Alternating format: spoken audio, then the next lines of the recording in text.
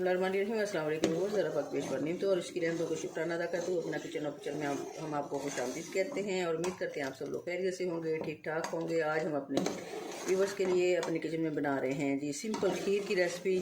कोई ज़्यादा मुश्किल नहीं है, बहुत आसान रेसिपी है। कि 2 किलो हमने दूध लिया है और इसमें हमने 1 किलो पानी डाल के इसको हमने फ्लेम ऑन करके ऊपर रखा है। और जब इसमें बॉयल आने शुरू हुए तो हमने एक स्टाक चावल के लगभग थोड़े से ऊपर होंगे तो चावल जो थे तकरीबन 2 घंटे हमने भिगो के इसमें रखे हुए थे।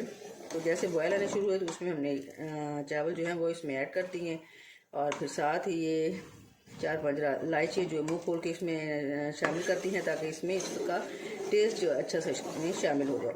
और खीर जो है वो ज़्यादा पकाने से खीर बनती है खोए की तरह। तो हम तकरीबन हमारी खीर को तकरीबन 1 घंटा लगेगा पकते हुए ताकि ये खोए की तरह इसका रिज़ल्ट हो।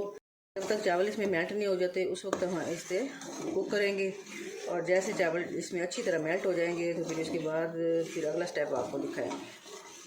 खीर जो है वो हमारी तकरीबन गाढ़ी होनी शुरू हुई है और चमचा हम मुसलसल इसमें चलाते रहें ताकि नीचे वो बर्तन लग ना जाए।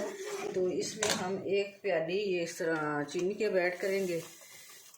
तो आप अपनी मर्ज़ी के मुताबिक कम या ज़्यादा मीठा कर सकते हैं। ये 1 प्याली तकरीबन 7 या 8 टेबल स्पून होगी। तो ये तकरीबन चीनी डालने के बाद हम तकरीबन 10 मिनट तक इसे और पकाएंगे। और ये देखें इसकी पोजीशन चेक करें तो इसे इसी तरह थोड़ा थोड़ा पतला रखेंगे क्योंकि फ्रिज में रख के ये और थोड़ा सा गाढ़ा हो जाएगा। और ये देखें कितनी अच्छी भून के बन के रेडी हुई है।